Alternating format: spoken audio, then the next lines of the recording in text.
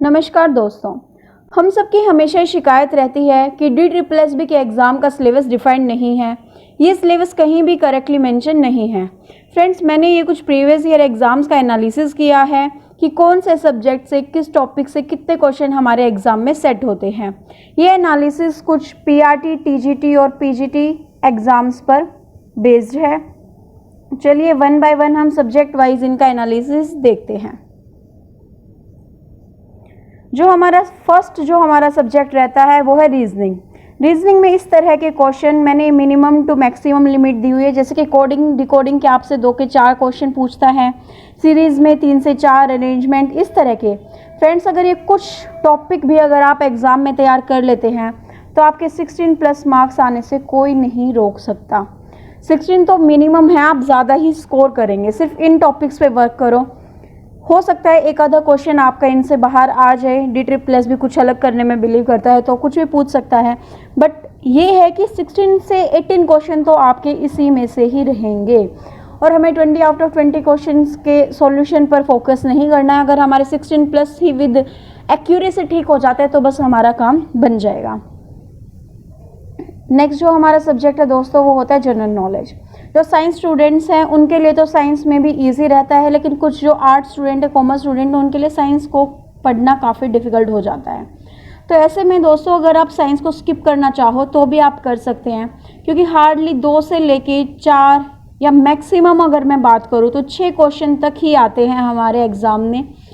जो ज़्यादा वेटेज रहती है जनरल नॉलेज में से वो हमारे आर्ट्स वाले subject like polity, geography, history या फिर हम कहें इको, इनकी रहती है। आजकल जो DSSB है वो करंट अफेयर्स पे भी ज़्यादा फोकस कर रहा है। इसके अलावा जो स्टैटिक GK जिसमें हमारे famous dancer, famous dance skills, इस तरह के क्वेश्चन ज़्यादा पूछता है, तो आप इन पे वर्क करो।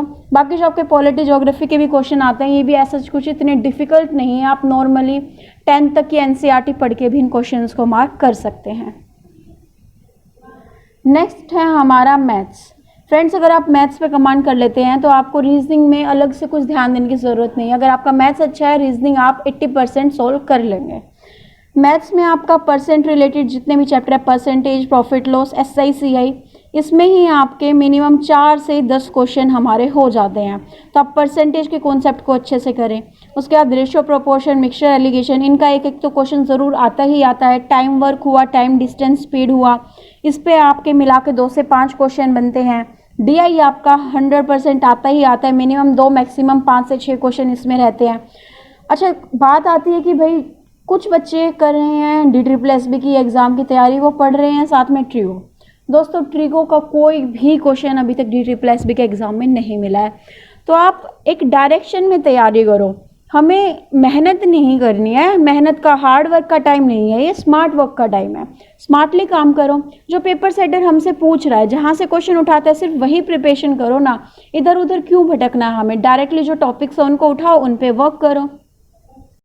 4th सब्जेक्ट है फ्रेंड्स हमारा इंग्लिश। बहुत सारे बच्चों को इंग्लिश फोबिया रहता है कि भाई इंग्लिश की कैसे तैयारी करें, क्या पढ़ें। तो एक बुक है plinth to paramount. Best book है किसी भी कॉम्पिटिटिव एग्ज़ाम की आप तैयारी कर रहे हैं, आप बेस से स्टार्ट करो, तब भी मैं यही बुक आपको सजेस्ट करूँगी। कुछ बच्चे ल्यूसेंट जैसी बुक्स लेके बैठ जाते हैं, इतनी मोटी मोटी बुक। हमारे पास इतना टाइम नहीं है दोस्तों कि हम उस बुक से पढ़ना स्टार्ट करें, सालों लग जाएंगे। प्लिंथ टू पैरामाउंट है, इसमें मोस्टली जो आपकी टॉपिक हैं दोस्तों वो लर्निंग वाले टॉपिक हैं। इन सबको तो आपको लर्न करना है, अंडरस्टैंडिंग वाली चीज़ें यहाँ आती हैं बस। एटलीस्ट आप ये करके अपना जो लर्निंग वाला चीज़ है 8 से 10 नंबर तो स्कोर करो, फिर इनको भी देख लेना। बाकी अगर आप ये सारे टॉपिक्स कर लेते हो तो इंग्लिश में भी आपके 16+ मार्क्स कहीं नहीं गए। नेक्स्ट हमारा लास्ट जो सब्जेक्ट है हिंदी। हिंदी तो वैसे भी हमारी मातृभाषा होती है।